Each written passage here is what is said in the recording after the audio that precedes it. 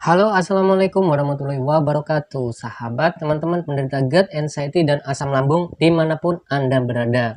Nah, jadi kita punya kesempatan lagi nih teman-teman, dan saya akan membagikan pengalaman saya tentang menghadapi bagaimana saya dalam menghadapi asam lambung, GERD, dan juga anxiety. Bagi teman-teman yang sekarang sedang berjuang melawan GERD, anxiety, dan asam lambung, semoga lekas diberikan kesembuhan. Dan berikut saya bagikan pengalaman saya, siapa tahu bermanfaat untuk teman-teman, silahkan disimak. Jadi apa yang saya bahas kali ini teman-teman, saya ingin membahas tentang pantangan makanan. Jadi pasti teman-teman banyak yang bingung ya, bingungnya begini, banyak betul pantangan makanannya, jadi bingung, jadi parno mau makan ini, makan ini, makan ini. Jadi di sini saya ingin menjelaskan apa yang menjadi konsep dalam pemikiran saya tentang pantangan makanan ini teman-teman. Jadi menurut saya teman-teman ya, pantangan-pantangan makanan dalam penyakit GERD, anxiety, dan asam lambung ini tidak beda seperti halnya sebuah konsep masing-masing orang terhadap suatu pemahaman. Jadi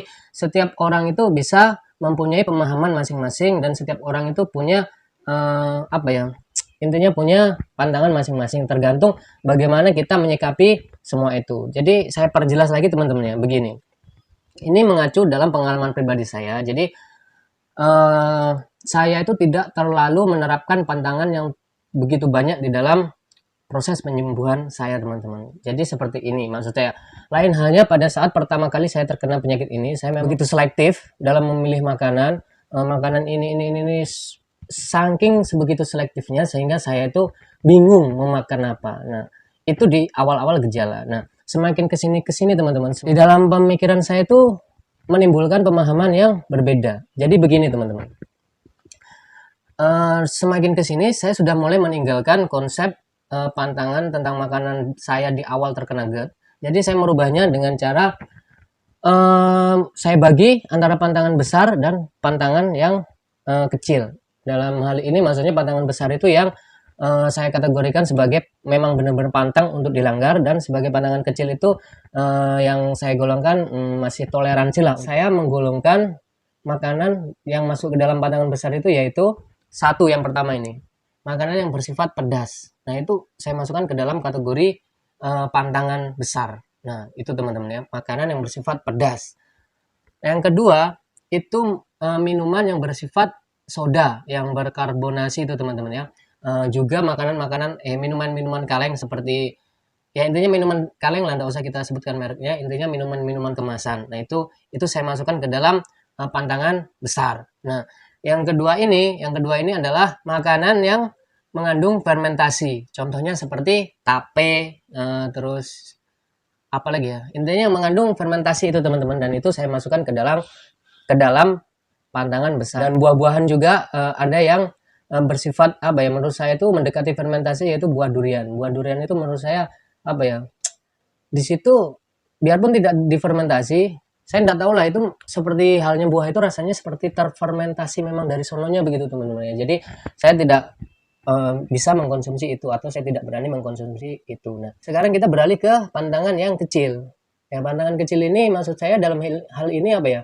Kan pantangan akan tetapi tidak terlalu signifikan. Maksudnya begini teman-teman. Contoh halnya ya, saya tuh pantangan-pantangan yang saya masukkan ke dalam kategori kecil itu seperti contohnya singkong. Singkong rebus itu, waktu itu kalau saya makan singkong rebus, dia itu menimbulkan gas yang terlalu berlebihan, jadi menimbulkan sensasi kembung, dan itu pun apa ya, saya tetap mengkonsumsi, saya tidak menghindari, tapi saya membatasi dengan konsekuen. Jika saya ingin memakan singkong, berarti saya harus menanggung sensasi yang akan timbul, dan itu saya sudah paham akan konsekuensi tersebut. Nah, selain singkong itu sendiri juga jagung rebus itu juga menimbulkan kembung. Nah, itu pun juga saya tidak menghindari, tapi saya membatasi. Setelah itu biji-bijian itu menimbulkan kembung juga teman-teman untuk saya dulu, dan itu juga tidak saya hindari. Dan memang kalau menurut saya, dan saya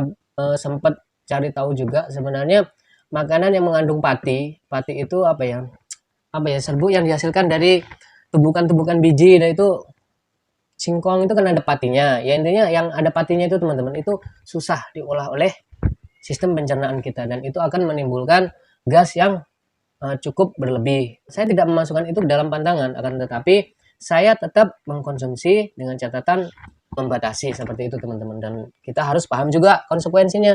Ya kalau kita mencoba untuk makan, ya kita juga harus siap menanggung konsekuensinya, karena menurut saya itu ya hanya menimbulkan kembung, tidak ada efek untuk memperparah.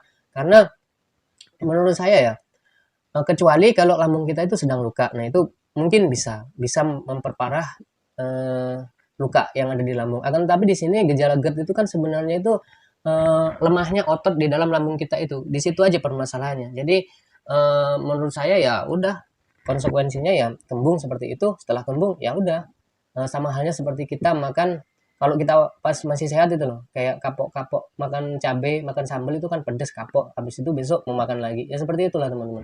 Menanggung sensasi yang ditimbulkan dari makanan yang kita langgar. Jadi seperti itulah cara saya menggolongkan makanan teman-teman. Jadi tidak semua makanan saya hindari, saya kelompokkan mana yang harus betul-betul dihindari, mana yang masih toleransi untuk dikonsumsi.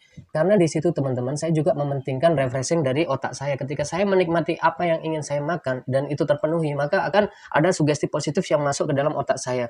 Dan disitulah efek yang saya harapkan teman-teman. Kenapa? Karena kita ketahui bersama bahwasanya efek dan sugesti-sugesti positif itu sangat dibutuhkan dalam proses penyembuhan penyakit GERD, anxiety, dan asam lambung ini. Jadi seperti itu teman-teman harapan saya, dan seperti itulah yang saya jalani. Memang di awal-awal terkena saya sangat selektif, memilih-milih makanan, sampai pada akhirnya saya itu bingung saya mau makan apa, dan akhirnya semakin kesini saya mulai menggolongkan pantangan itu menjadi dua, yaitu pantangan yang besar, pantangan yang kecil. Jadi pantangan kecil ini masih bisa kita makan, maksudnya masih bisa kita langgar, tapi kita membatasi, dan kita pun harus konsekuen ketika harus menanggung resiko dari yang ditimbulkan oleh makanan yang kita konsumsi tersebut. Nah, makanan yang besar ini menurut saya adalah makanan yang memang anti untuk dikonsumsi. Nah, seperti itu teman-teman. Saya dalam membedakan makanan-makanan yang menjadi pantangan. Nah, mungkin dari pengalaman saya bisa membantu teman-teman dalam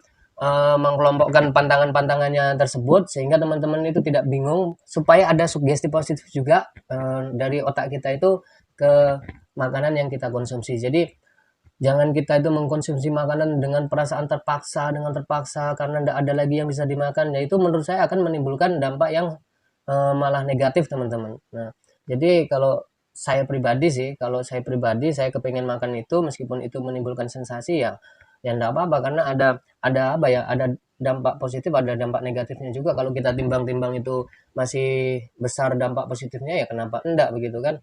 Menurut saya seperti itu teman-teman. Dan mungkin dari pengalaman pribadi saya ini bisa membantu teman-teman, bermanfaat untuk teman-teman, silahkan diterapkan. Jika tidak, saya juga tidak memaksa. Mungkin seperti itu penyampaian saya teman-teman yang sedang berjuang melawan GERD, anxiety, dan asam lambung. Semoga diberikan kesembuhan, semoga segera dipulihkan seperti sedia kala, percaya diri kembali, dan bisa beraktivitas layaknya dulu waktu masih normal. Amin amin amin ya robbal alamin. Baiklah teman-teman, assalamualaikum warahmatullahi wabarakatuh.